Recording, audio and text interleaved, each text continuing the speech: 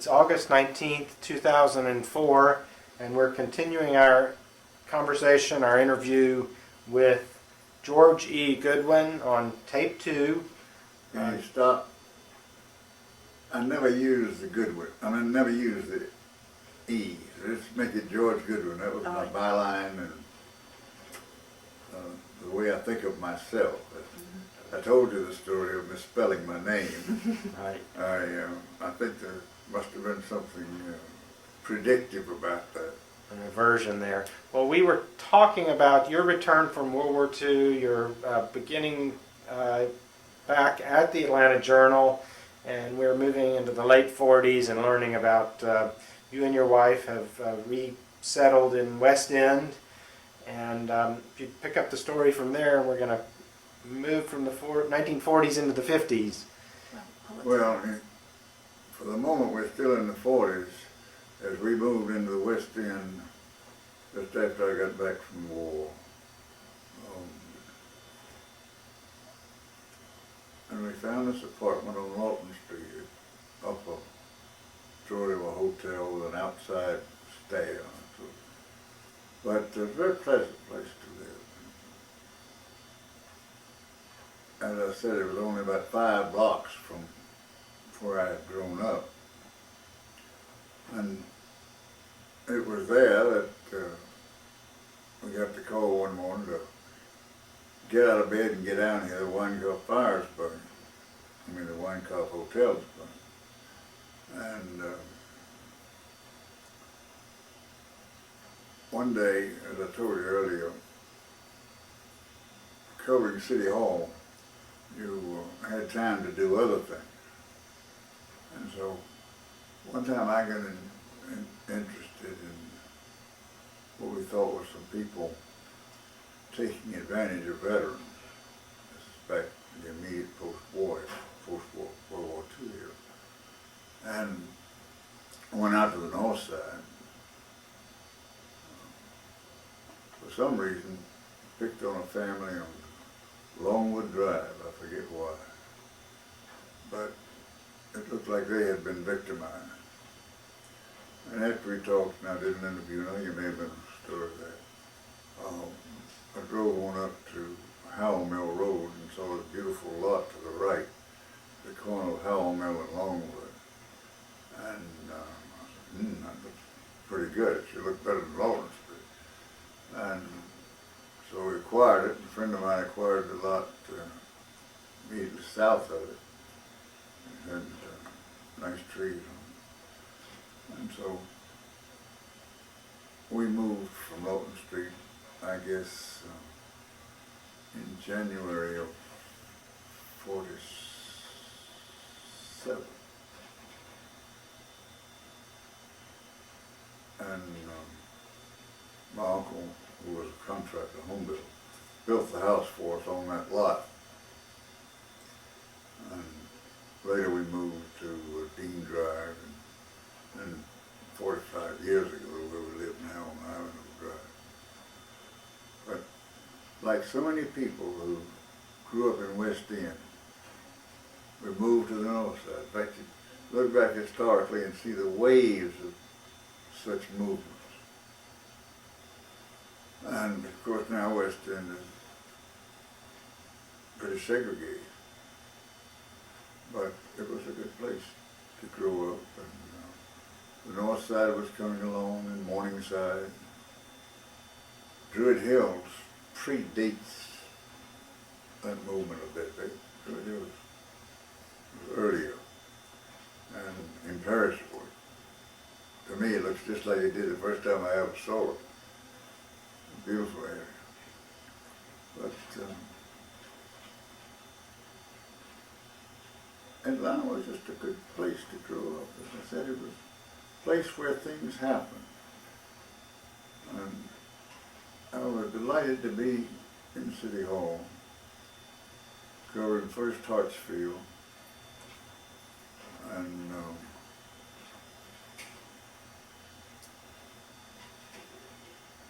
well, I guess only Hartsfield, because I wasn't elected until '61. And by that time I had moved on first to Central Atlanta Improvement Association, now Central Atlanta Progress, where I was for a couple of years, and then the First National, where I started in September of '54 and continued until the 1st of January '65, when we opened the Atlanta office of Bell and Stanton. And you asked me about the memorandum on Bell and Stanton. It just happens to be on Bell and Stanton's paper, or letterhead. It really is a story of Atlanta's boosterism. When you think about it, and again, forgive me for rambling on, but as you said, we can always come back. Among those things you copied is this list of the standard metropolitan areas, reflecting their 1980 to 1990 growth.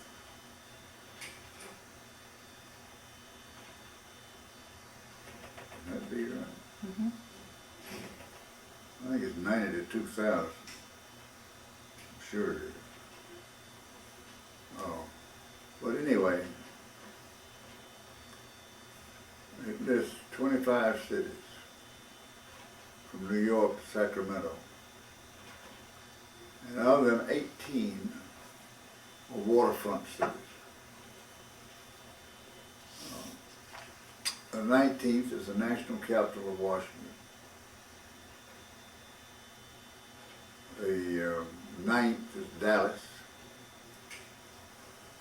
which developed on petroleum and livestock. The 14th is Phoenix, which started out on mining, but more currently, while they still got copper mines there, is oriented to retirement. Denver developed on mining. And strangely, Sacramento is in there as the 25th largest standard metropolitan area. And I know these are the 2000 figures. And the only reason I can figure for it being there is the capital of California. But Atlanta, for damn sure, has no reason for being in the list of the 25 largest metropolitan areas in the country. When we started the Forward Atlanta program, and we actually started it in 1962, the funds were raised in 1961. Atlanta was 20th or 21st in metro size. Now, around 11th. And so you see that tremendous growth. And in the meantime, a lot of cities have dropped out of what originally was a large city class. Milwaukee, Orlando, Indianapolis, San Antonio did not have anything like the rate of growth that Atlanta did. Atlanta between 1990 and 2000 was up 39% in population in metro Atlanta. The only one larger is Phoenix, 45, and it starts from a much smaller base. Dallas was 29%, Houston 25%. So you can see where the modern growth of America is. It's across the Sun Belt. And now with the Latino populations moving in and primarily moving up from Latin America, that pattern looks like it's going to continue. So who knows what the future will be. But I have always had a feeling that Atlanta one day would be one of the most significant cities of the world, and even larger than the group it's now 11th in. Although when you think about it, Metro Atlanta covers almost half of the state of Georgia. And who knows what it's doing. But it's a good city. It's a good city to work in. It's a good city to write about, to have been a part of. And so if I sign prejudiced, I am. don't we back up just a little bit, because your professional career and your adult career spans important decades of Atlanta's growth. When you came back from World War II, um, uh, why don't we back up to those years and talk about some of your highlights of your career. I'm particularly going to prompt you on the Pulitzer Prize, and hear your recollections of that milestone in your career. Well, let's start with that because it's fairly early back. Just to put it in perspective for a second, I get back from the Navy, and as I told you, go to Miami and find that's not too receptive, and back to Atlanta to work on the Atlanta Journal. Really, you could say started early January of 1946. Assigned to City Hall, but free to cover other assignments for the Atlanta Journal. So it was the best of all possible worlds in terms of a work environment. And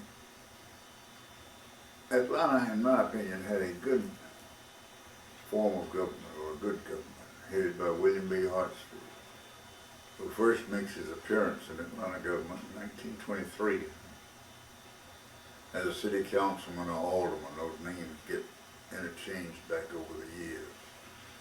And he came out of the Grant Park section. His father was a tinsmith.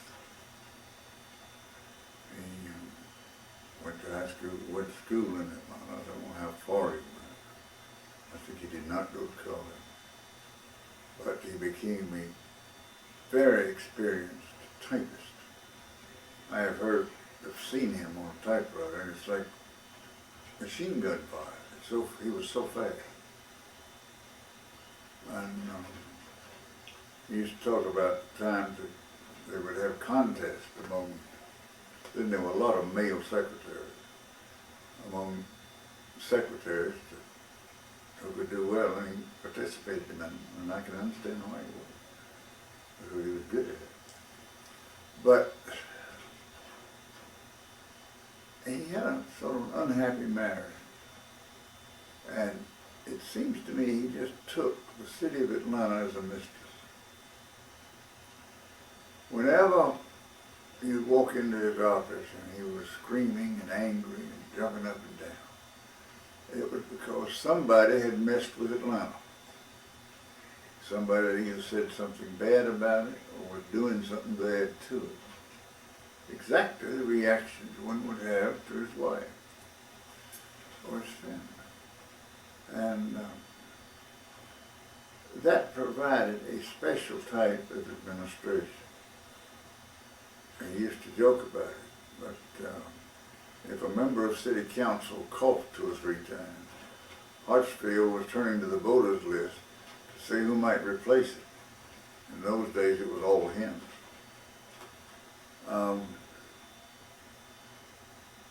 It was funny. He had his private little files on every member of council, and he knew where they had overstepped, sometimes with his tacit approval. And I often wondered if he ever got really mad at a member of council, what he might have been able to do to him. But it was a sort of a benevolent dictatorship. He loved the city, and he had good department heads. Herbert Jenkins was a whaleboat police chief. And the fire department passed through several. No name really stands out to me like that of Herbert Jenkins. Hartsfield was strange in a way. He didn't believe in city planning. He thought that economic forces, market forces, would determine how the city would grow. And yet he was very anxious to expand the city. So when I started there in 1946, it's really 3 years before the legislation of the plan of improvement begins to be approved, and I don't think it goes into effect until 1950. And that expanded the Atlanta city limits from something like 18 square miles to 125. And he was bound and determined that those new areas were going to get absolutely top-flight public service. And the provisions of the plan of improvement did not envision a county fire department or a county police department. The one area they had not dealt with was schools because it was just so controversial. But parenthetically, it was the plan of improvement that brought Philip Hammond to Atlanta. And if they ever build a second statue in Marietta Street somewhere, it ought to be to Phil Hammond, because he was a planner. He was very articulate. He could speak on his feet, and sometimes you got carried away with what he was saying rather than what he was trying to convey to you. But absolutely wonderful type. He was the one who pointed out to me this thing about how Atlanta was different in that it had no natural resources, no good reason for being, except that somebody told Stephen Long to drive his stake south of the Chattahoochee Road. And I have an idea that there was some chicanery even at that time, probably growing out of Charleston, South Carolina. But in 1830, Charleston was, I believe, the fourth largest city of the colony. And people were already beginning to move west. And about the only way to go west was through the Erie Canal route or Daniel Boone's Wilderness Road. And somebody, I think somebody in Charleston, figured out that if they could get the state of Georgia to build the expensive part of a road from what was then Frenchman's Landing, now Chattanooga, down to somewhere in North Georgia, it would be fairly inexpensive to extend the road that the Charlestonians already had from Charleston to the Georgia border at Augusta. They could just come on and come up here and meet that line coming down. I have an idea that if one looked back, you'd find that shareholders of the railroad that came over, when I said road, I meant railroad, that it came over from South Carolina, that Georgia portion. A fair number of Georgia legislators in that group, because they went for it. And of course, when you got to Chattanooga, you were on the Tennessee Road. And that was navigable to the Ohio, and the Ohio to the Mississippi. So they had a southern crossing. And John C. Calhoun was in his glories in those days, South Carolina Sunday.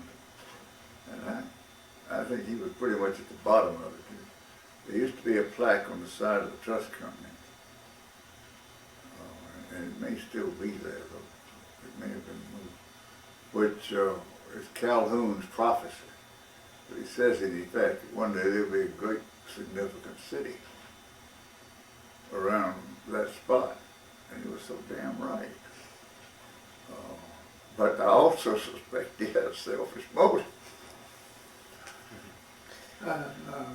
No, that's the purpose of his doing it. I often wish that I had been patient enough to go on and take advanced courses in history. Maybe I'd be sitting where you are. Were you covering the CityBeat through much of your career? Yes, I covered it from 1st of January of 1946.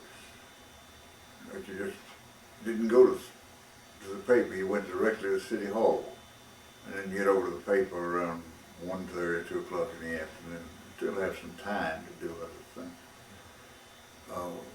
And that continued right on up through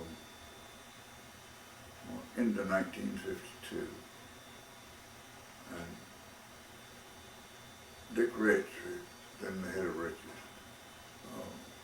wanted me to leave the paper and head up what was then Central Atlanta.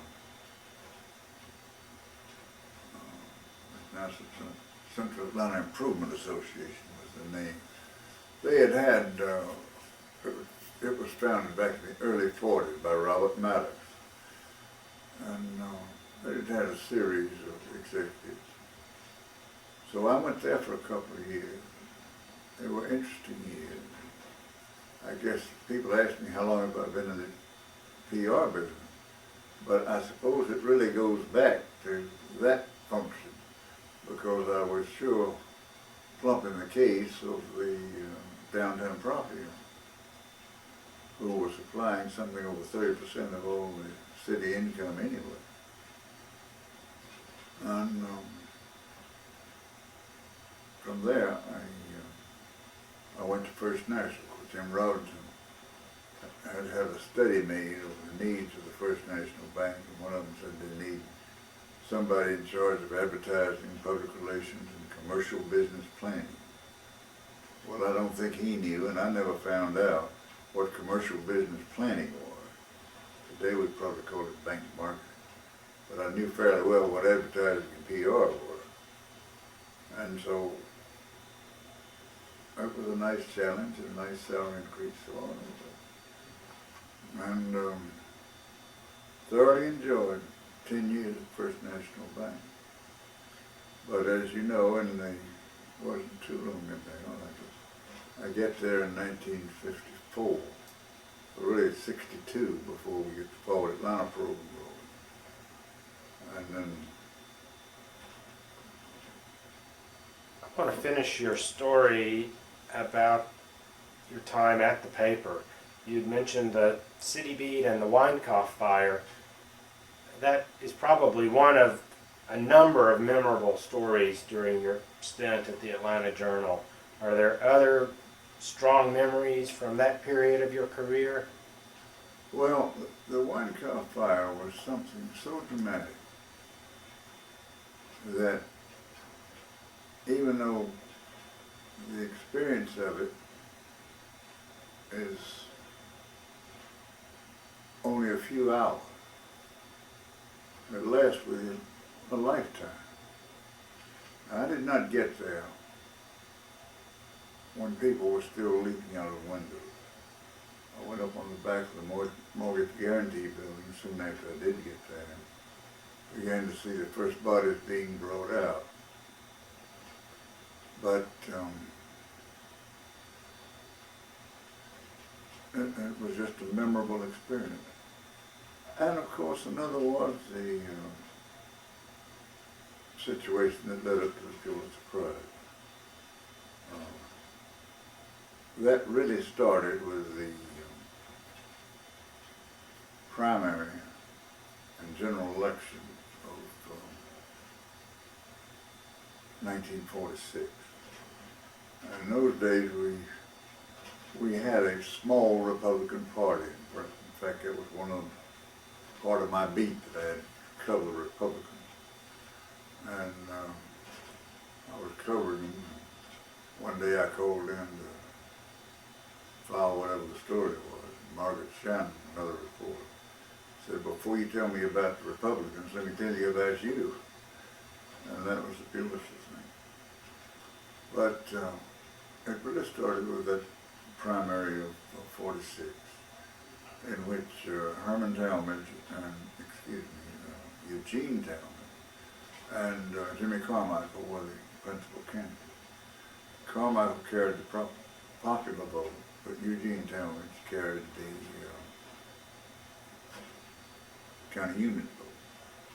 And one day you need to have somebody explain the county unit system. Every time you start, it derails everything else you're talking about. So I'm just going to assume that somebody else will deal with that.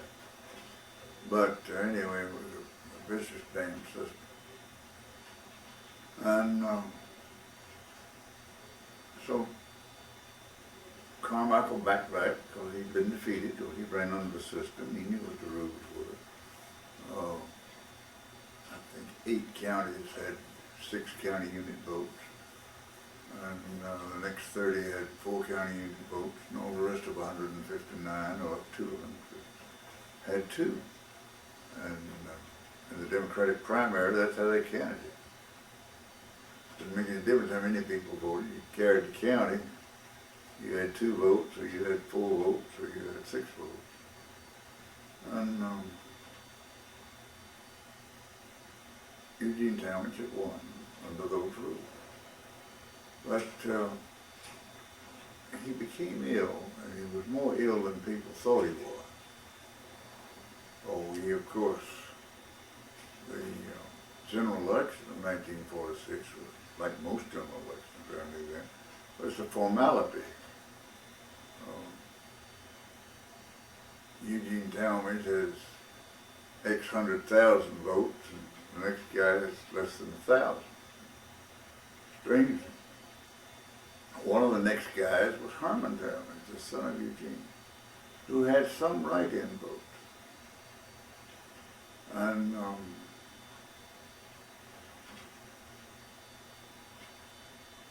in the summer of 47, I get the exact date, City editor called me over one day and said, the political editor is too well known in South Georgia and elsewhere to handle this assignment directly. But somebody needs to go down to Telfair County and Dodge County and snoop around and feel around and see about these votes that Herman Talmadge had. Because Herman, by that time, his father had died, and the Talmadge crowd was seeking to make Herman the governor. They not only sought to, in effect they did, when the legislature came into session in January of 47, they took over the governor's office. And M.E. Thompson had been elected lieutenant governor. That was the first lieutenant governor we had. That was a really new wrinkle in Georgia politics. And so he was claiming the governorship. The legislature elected Herman Talmadge, the son of Eugene, as governor. And the third player was Ellis Arnold, the former governor, who was going out of office, but who contended that he was governor until his successor was duly qualified and installed. So you really at one point had 3 governor controversies, which made a hell of a lot of noise nationally. And I guess really it boiled down to 2. And so now it's coming more clearly to me. It was in, I guess, February, about at the height of that 3-way struggle, that the managing editor called me in and said, Gregory, the regular political editor, has picked up a tip that something wrong with the write-in votes in Dodge and Telfair counties. And he's too well known to go wandering around down there, so you're elected. So I went first to Eastman, Dodge County, and everything seemed to be in order there. Ed Meston was the editor of the paper, very gracious, helpful guy. And he didn't know of anything that was wrong. But the next day I went on to Telfair, McRae, the county seat. And it was pretty obvious that something was being hidden there. Nobody was cooperative. And I was trying to find a copy of the Telfair Enterprise, which is a weekly newspaper, that somebody had noted that after the general election, the next issue after, almost as a joke, they noted that there were 50 some odd write-ins for Herman then. And so managing editor wanted me to go down there and find out, now what's that all about? And so I went down and milled around. Even the newspaper was not cooperative. They wouldn't give me a copy of that paper. That had the little feature on page 1 of the Herman Talmadge write-in vote. But Herman was leaning on those write-in votes by that time as the basis of his claim to the government, because the state constitution had a line to the effect that in case the person elected in the primary could not serve, the legislature was authorized to choose between the two next in line and next in life, or something like that. But that was the implication of it. Well, as I said earlier, the winner has hundreds of thousands of votes, and the next ones are all less than 1,000. And, one of them was a Republican named D. Talmadge Bowers, and he had 500 or 600. But anyway, Herman was in 3rd place, thanks to write-in votes, substantially from Telfair County, but sprinkling of them all around. And so, photographer and I go down to Telfair, beat our brains out for several days, got utterly nowhere. I came back and we had a conference with Kurt. Okay. What now? I'm That gonna one's put in still another. running. Okay, audio in the future. So anyway, he said to me, go down, snuffle around, and I did. There was nothing in Dodge County, but there certainly seemed to be some smoke, if not flame, in Telfair. So we come back and we have a conference with the publisher, George Biggers, and Kirkpatrick, the managing editor, sitting here. Biggers says, well, you've got a little smoke, but you haven't got any fire, and there's no story here, so give it up. And I went on up to Kirk's office, said I'd like to work on this for a couple more days. And one of the things we've not found is the voters list that are the basis of Herman's claim. And so he said, fine, I think that was a Thursday or something. I'm not sure what day it was. And so I went over to the state captain and talked to the Secretary of State, Ben Force. And I asked him, I said, where are all those voting packages that the legislature had before them when they opened them up and with Eugene Talmadge dead, elected his son Herman? He said, well, they're down in the basement. So he asked one of his associates to go down there with me. We went down and found these things in mail bags, big, great mail bags. There were a lot of them because they had separate packages for the governor's race, the lieutenant governor's race, the constitutional officer's race of 159 counties. So that managed to get that around 700 or so brown envelopes. And fortunately, we were able to isolate those from Telfair County. Looked in the governor's thing, there was no list of the people who voted that day. We finally found it in the package for the constitutional officers, I think. And the fellow from the Secretary of State's office, I was looking at it. And the last 30-some odd votes were obviously in the same handwriting. And they were in alphabetical order. Bingo. Because those were the votes that got Herman in the 3rd place. And so then we knew we had some. So that was a Friday, I recall. Because I went back to the upstairs, I went back to the office and told Kirkpatrick what we had. And he said, "Hie yourself down to Telfair County and we'll go for Sunday's paper." So we, photographer and I left early in the morning to head down there. And meanwhile, we'd already photographed these things in alphabetical order. And on my first trip down there, about the only positive thing that had come out of it was I met a guy named Dan Browning.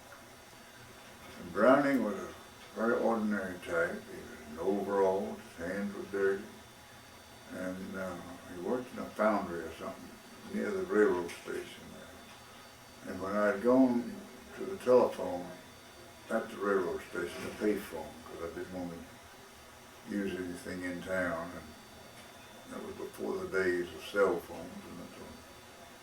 And I go in and call the office, and they said, "Come on back." And I was heading back to my car, and this guy said, "I know why you're here."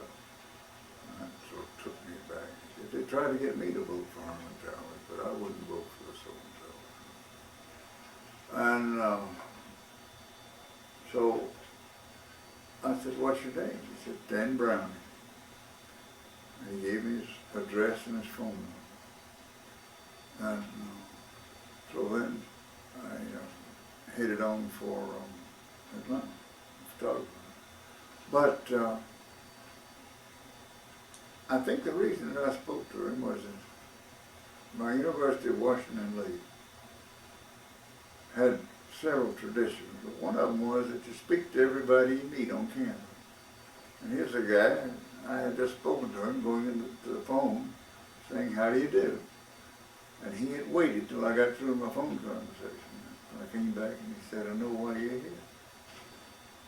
And so then we hightailed back to Atlanta. And then it was after that we had our meeting, and the publisher said there's no story. But when we found in the state capitol that voters list, or the list of people who had voted, were the last 30 or so, 38 or something like that, in alphabetical order, we knew we had something there. And he said, "Get on down to Telfair and see if you can find out what it's all about." And we did. And stopped the machine. But meanwhile, as soon as the managing editor told me to go back down there, I called this fellow Dan Browning. And he agreed to meet us at the railroad station whenever we could get there. I think we left Atlanta like 4 o'clock or something like it in the morning, so we were pretty early. But I showed him that list which we'd photographed up in the Capitol. And he looked over and said he knew most of those people, he knew where they lived. And so we set out, and from I guess about 8 a.m. on a Saturday morning until past noon. We went to a number of them and figured out a little subterfuge. One of the fellows who had run for one of the places on the Public Service Commission was unhappy about how he'd come out, and we were checking the people who had voted in Telfair that day. He said, "Well, we didn't vote that day. Somebody else. We were on vacation. Various reasons. Oh, he's dead. Been dead for 6, 8 months. Well, they moved away some time ago. And, well, we didn't get to all 37 or 8 of them. We got to enough to know that that whole list was as phony as it could be. And we called the paper as soon as we could get away. But meanwhile, to get those names, to find those people, to go all through all back roads of Telfair County. But this guy Browning knew where to go. He knew these folks. And he was sort of pleased to be involved with it. And so we did. And then on the way back, we stopped twice to dictate portions of the story, this being late Saturday. And early Saturday afternoon, actually. And then on in, and then in the office. And then the final stories for the Sunday paper. And the headline was "Telfair Dead Were Voted." And I still have a copy of the front page. And Do you recall that date of that Sunday paper? not specifically, but I've got it and I can look at it. It's probably a date in 1947? March of 46. 46, the story Because ran. it was just about 2 or 3 weeks later that the several lawsuits which had been brought were packaged into one, and the courts held that M.E. Thompson was the appropriate governor of Georgia, not Herman. And I'll say this for Herman: he and his wife cleared out of the capital, and the governor's bench very promptly, very gracious. And we became friends over the years after that. His widow and I, we are still friends. The Pulitzer Prize was awarded in 47. I was awarded in 48 for work done in 47. Okay.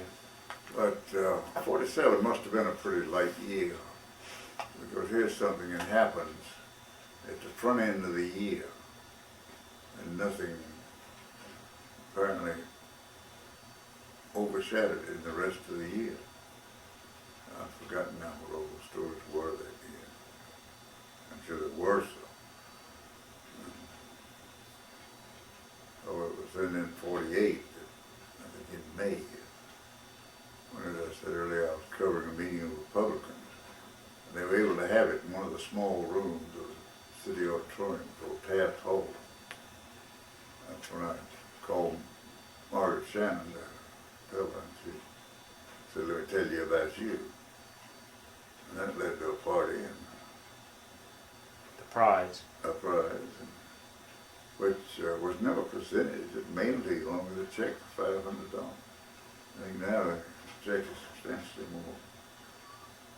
But I did take $100 of it and send it to Washington Lee University, because if it hadn't been for Doug Neal and the idea that you speak to people you meet, that guy probably would never have thought of coming back to provide the key to the whole situation. And then we did I think a couple of other stories in some other counties. Appling County, I think, there was some writing involved. Some of that sort of thing. And again, found out that people had moved, weren't there, or did. Same pattern existed until years later, Herman Talmadge said to somebody, not to me, that Stanley Brooks he told Stanley Brooks to get him some votes, but he didn't tell him to get them that way. And I expect that's true. If you could take your mind back to the political rivalry between the Talmadge and the anti-Talmadge people, it was pretty damned intense. If we could ever get the same level of rivalry back to Democrat and Republican, you'd still have a Democratic administration. I think that's a wonderful stopping place and an invitation for you to pick up some of these stories at a future time here. Well, before our next session, if we had one, you all look at these two things. Don't be misled by the dates, because we're talking about years before these. This thing on Atlanta's extra ingredient, just the basic idea of an advertising and public relations program. And it does have the statistics of what the gains were during those years. And it's a pretty good explanation of it. This is a talk that I probably made in the mid-90s. I did it on March 9, 1997, an adult Sunday school class. But again, with its